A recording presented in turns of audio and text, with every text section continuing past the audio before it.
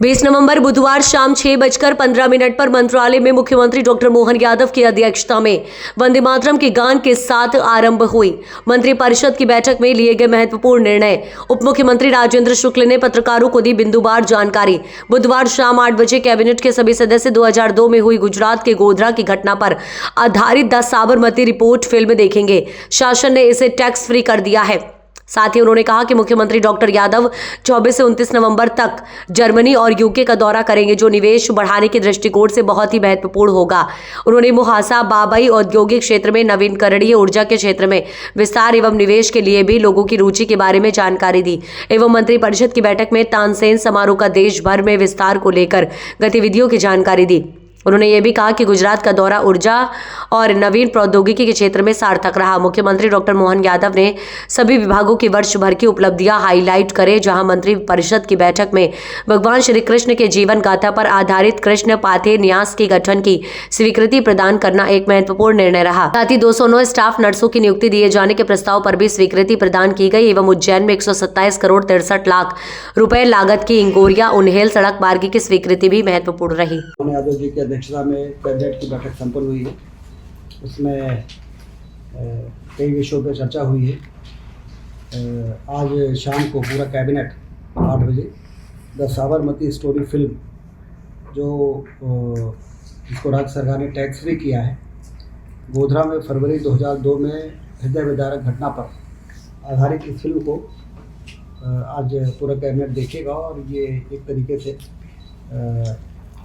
उस समय की सच्चाई पर आधारित ये फिल्म है, जो हमारे देश में एक ऐसा वातावरण जो बना था, जो जिसको साफ करने में महत्वपूर्ण भूमिका निभाएगा।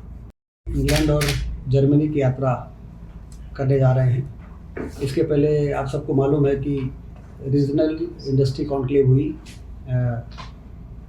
अंतिम अभी रीवा में हुई, और उसके बाद दिसंबर और जनवरी में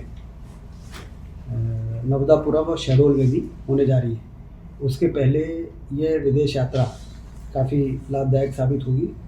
और जिस तरीके से 2,75,000 करोड़ के इंटेंशन टू इन्वेस्ट प्राप्त हुए पिछले रीजनल इंडस्ट्री कॉन्क्लेव में, और जिसमें लगभग 3,28,000 रोजगार सृजन होने की संभावना है, तो एक रीजन लेवल पे इस प्रकार का इंडस्ट्री कॉन्क्लेव करने का बहुत ही अच्छा असर दिखाई दे रहा है, क्योंकि मध्य प्रदेश में पर्याप्त संभावनाएं रीजन लेवल पर है।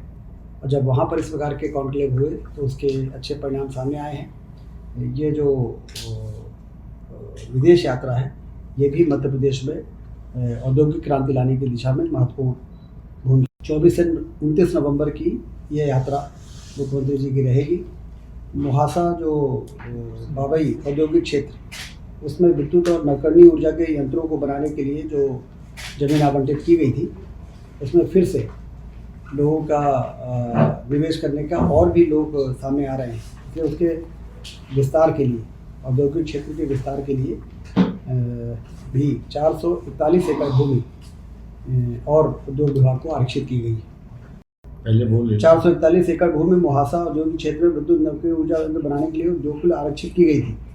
राज्य सरकार के इस निर्णय के क्रम में 26 उद्योगों के ऑनलाइन इन्वेस्ट करने के जो प्रस्ताव प्राप्त हुए, जिसमें 25,000 करोड़ के निवेश की संभावना है। अत्यधिक उत्साहवर्धक रिस्पॉन्स के दृष्टिगत अधिक भूमि उक्त प्रयोजन के लिए प्रदान करने हेतु अतिरिक्त भूमि आरक्षित किए जाने का प्रस्ताव 3 दिसंबर की मंत्रिमंडल की बैठक में स्वीकृत करने का प्रस्ताव किया जाएगा। तो उसमें एक्चुअल में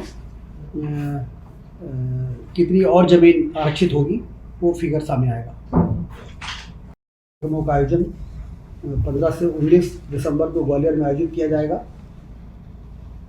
गांधीनगर में गुजरात सरकार के साथ जो चर्चा हुई, उसमें सीएम डैशबोर्ड, गिफ्ट सिटी तथा रिवर साइड डेवलपमेंट का अवलोकन किया गया है।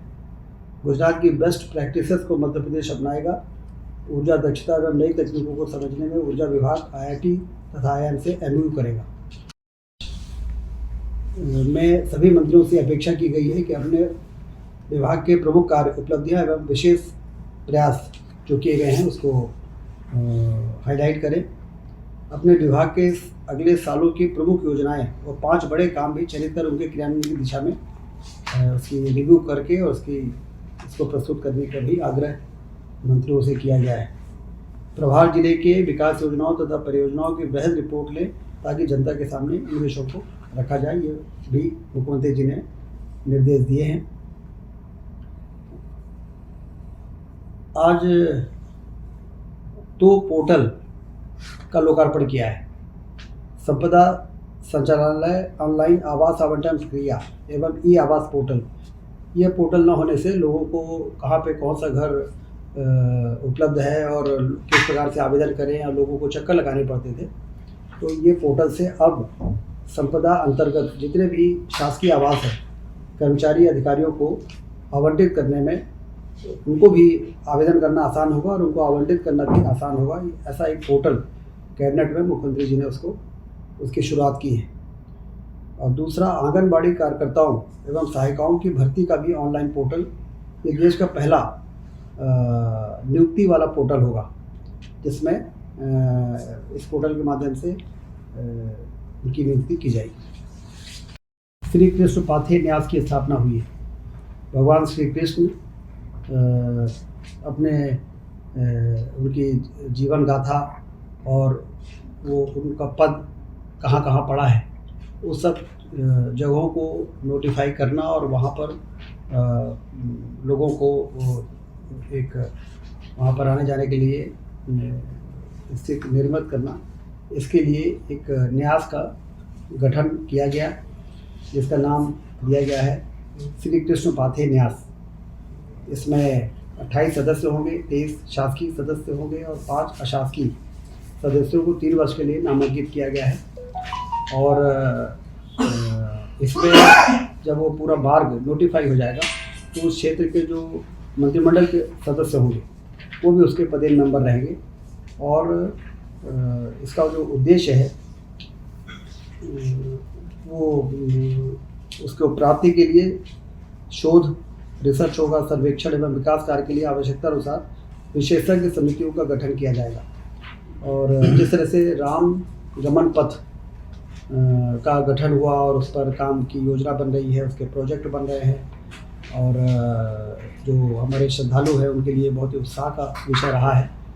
कृष्ण पाथेय न्यास भी बनने के बाद हमारी जो सांस्कृतिक धरोहर है और जो हमारी सांस्कृतिक मान्यता है उसके पुनर्स्थापना में ये जो निर्णय आज हुआ है ये बहुत ही महत्वपूर्ण भूमिका निभाएगा। 209 नर्सेस की भर्ती का निर्णय भी हुआ है। व्यापम से इसकी नियुक्ति हो चुकी थी लेकिन चयन सूची से उनके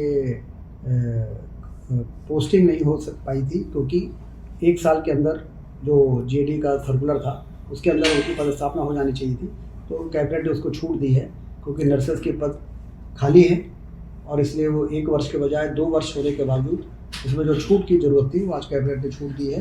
अब 209 अभ्यर्थियों को भर्ती करना का मार्ग प्रशस्त हो गया है।